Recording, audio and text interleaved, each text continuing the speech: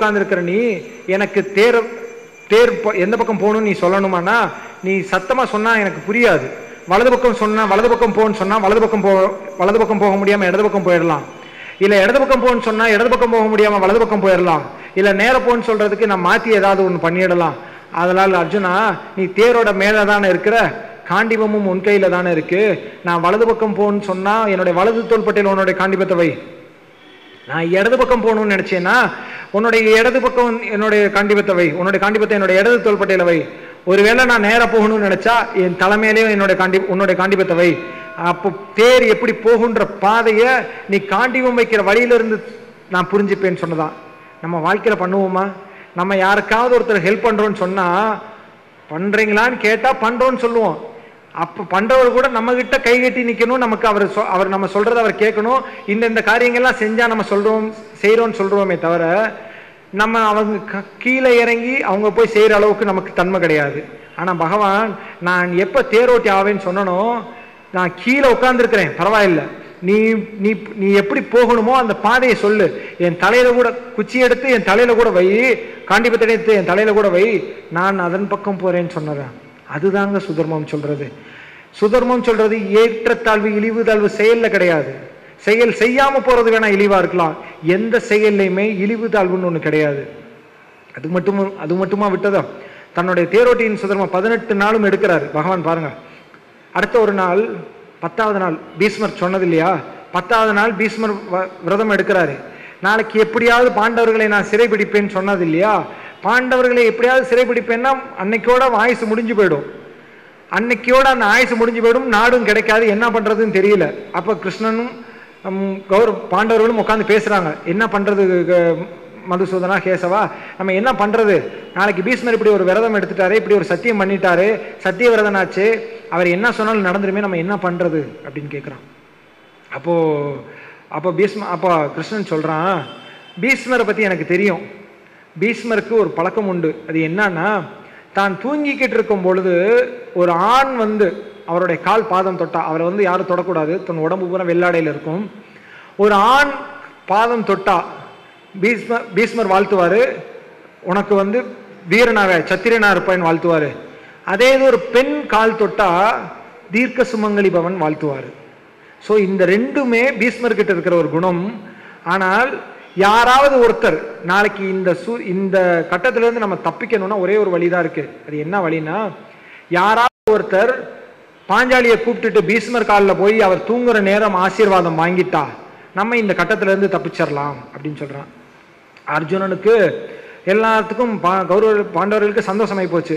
சரி, அப்படி யாராவது ஒருத்தர் திரௌபதியை கூட்டிட்டு போய் பீஷ்மர் காலில் விழுந்து அவர் ஆசீர்வாத தீர்க்க சுமங்கலி பவன் சொல்லிட்டாருன்னா அந்த சத்தியத்தையும் காப்பாத்தி ஆகணுமா, ஸோ காப்பாத்திடுவாரு அப்படின்னு ரொம்ப சந்தோஷமாயி போச்சு. என்ன பண்றதுன்னு தெரியல, ரொம்ப சந்தோஷமாயி போச்சு.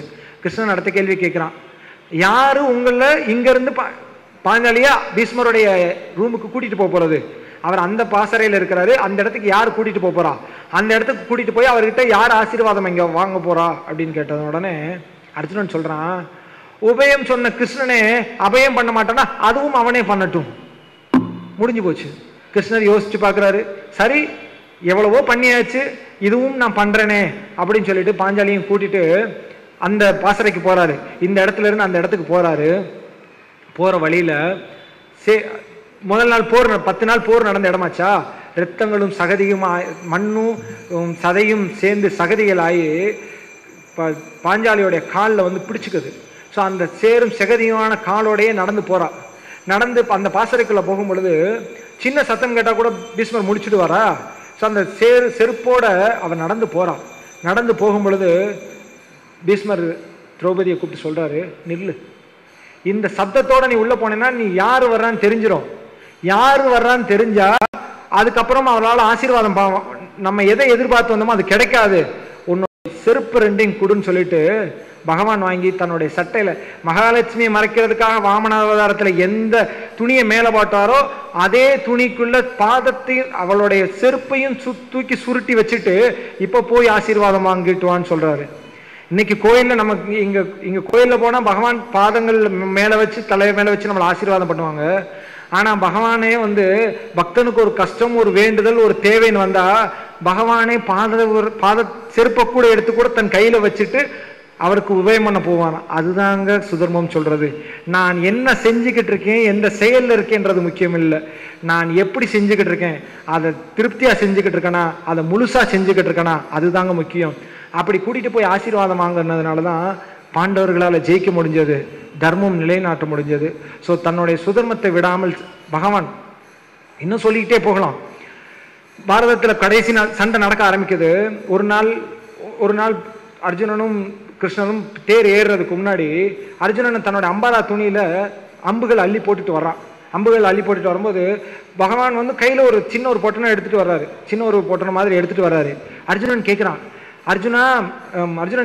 கிருஷ்ணா எதுக்காக இந்த ஆயுதமே ஏந்த மாட்டேன்னு சொல்லிட்டே அந்த ஒரு துணி கொண்டு வரேன், அந்த துணியில நீ என்ன வச்சிருக்கிற, அந்த துணியில நீ என்னதான் வச்சிருக்கிற அப்படின்னு கேட்கிறாரு. கிருஷ்ணன் சொல்றாரு, ஆயுதம் ஏந்த மாட்டேன் நான் எப்ப சொன்னோன்னா அது உண்மைதான், அது சத்திய வாக்கு தான், அது வேத வாக்கு தான், அதுல நான் மாற மாட்டேன், ஆயுதம் எல்லாம் கிடையாது. நான் எப்ப தேரோட்டியின் சுதர்மத்தை ஏற்றனோ, தேர் மேல இருக்கிற ஒன்ன பாக்குறது மட்டுமே என்னுடைய சுதர்மம் இல்ல, தேரை செலுத்துறதுக்கு உபயோகமா இருக்கிற இந்த குதிரைகளை பார்க்கறதும் இந்த தேரோட்டியினுடைய சுதர்மம். உனக்கு வேணா வெற்றி கழிப்பு வரும் பொழுது பசி தெரியாது, உனக்கு தேவைகள் புரியாது, என்ன வேணும் என்ன தேவைன்னு உனக்கு தெரியாது.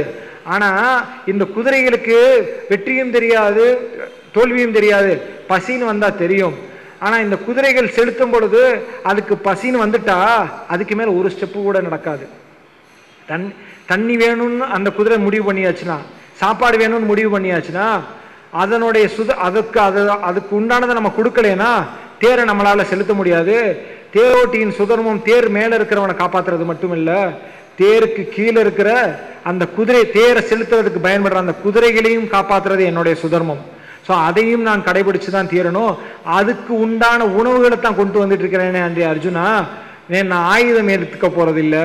இதுல எல்லாமே அந்த குதிரைக்கான சுதர்மத்துக்கான, தேரோட்டிக்கான அந்த குதிரைக்கு சுதர்மத்தை காப்பாற்றுறதுக்காக அதுக்கான உணவுகள் கொண்டு வந்துகிட்டு இருக்கேன்னு சொன்னதான். இப்படி சண்டை நடந்து முடிஞ்சு போகுது. 18வது நாள் போர் முடிஞ்சு போகுது. 18வது நாள் துரியோதனன் மாண்டுறான், அர்ஜுனனுக்கு வெற்றி கிடைக்குது. தேரோட்டி கிருஷ்ணன் தேர்ல ஏறி அர்ஜுனனை மறுபடியும் தன்னுடைய பாசறைக்கு கூப்பிட்டுட்டு வரான். மறுபடியும் தன்னுடைய பாசறைக்கு கூப்பிட்டுட்டு வரும் பொழுது அர்ஜுனன் வந்து தேரை விட்டு இறங்கணும். தேரோட்டிய சுதர்மம் என்னவானா, டெய்லி தேர் போர் முடிஞ்சு வந்தா தேர்ல இருந்து இறங்கி, தேரோட்டி தேர்ல இருந்து இறங்கி, பகவான் இறங்கி தேரை 3 முறை வலம் வந்து மேல இருக்கிற ராஜாவை நமஸ்கரிச்சு கதவு திறந்து விட்ட பிறகுதான் தேரோட்டி கீழே இறங்கணும். தேரை விட்டு ராஜா கீழே இறங்கணும். 18 நாளும் இப்படி நடக்குது. ஒவ்வொரு நாளும் தேரை விட்டு கீழே இறங்குறாரு. ஒவ்வொரு நாளும் தேரை விட்டு கீழே இறங்கி அர்ஜுனன் அந்த தேரை 3 முறை வலம் வந்து அர்ஜுனனை கீழே விட்டு இறங்க வைக்கிறாரு. நமஸ்கரிச்சு அர்ஜுனனும் கீழே விட்டு இறங்க வைக்கிறாரு. 18வது நாள் ஆச்சா, சண்டை போட்டு வெற்றி கழிப்புல அர்ஜுனன் வந்துகிட்டு இருக்கான். கிருஷ்ணருக்கு தேர்ல உட்காந்துட்டே சொல்றாரு, அர்ஜுனா தேரை விட்டு கீழே இறங்கு அப்படின்னு. அர்ஜுனன் கேட்கிறான், என்ன கிருஷ்ணா சொல்ற, தேரை விட்டு கீழே இறங்கா, இத்தனை நாள் நீ என்ன பண்ண, சுதர்மத்தை கடைபிடிக்கணும், பற்றை நீக்கி பயனை எதிர்பார்க்காம சுதர்மத்தை கடைபிடிக்கணும்னு சொல்லிட்டு உன்னுடைய தேரோட்டியுடைய சுதர்மம் கடைசி நாள் நீ கடைபிடிக்காம இருக்கிறியே, என்ன தேரை விட்டு இறங்க சொல்றியே, நீ இறங்கி தேரை சுத்தி வந்து கதவை திறந்து விடு, அதுக்கப்புறம் நான் இறங்கி வரேன்னு.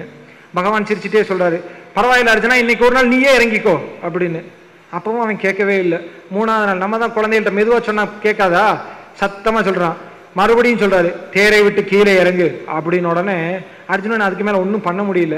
தேரை விட்டு கீழே இறங்கிட்டு கொஞ்சம் தள்ளி போய் நில்லு அப்படின்னு சொல்றான். தள்ளி போய் நிற்கிறான். தள்ளி போய் நின்னா கொஞ்ச நேரம் கழிச்சு பகவானே கீழே இறங்குறாரு. பகவான் கீழே இறங்கி தேரை 3 தடம் வலம் வந்துட்டு நிற்கிறாரு. 3 தடம் வலம் வந்து நின்னா தேர் வெடிச்சு செதறுது.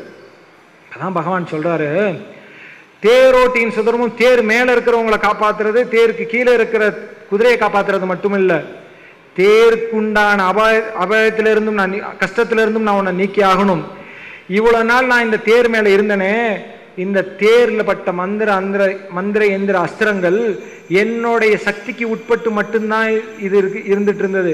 நீ நினைச்சுக்கிட்டு இருக்க உன்னுடைய சக்திக்கு உட்பட்டு இந்த போர் நடந்ததுன்னு. அது இல்ல, ஆணவம். அதுதாங்க ஆணவம் சொல்றது.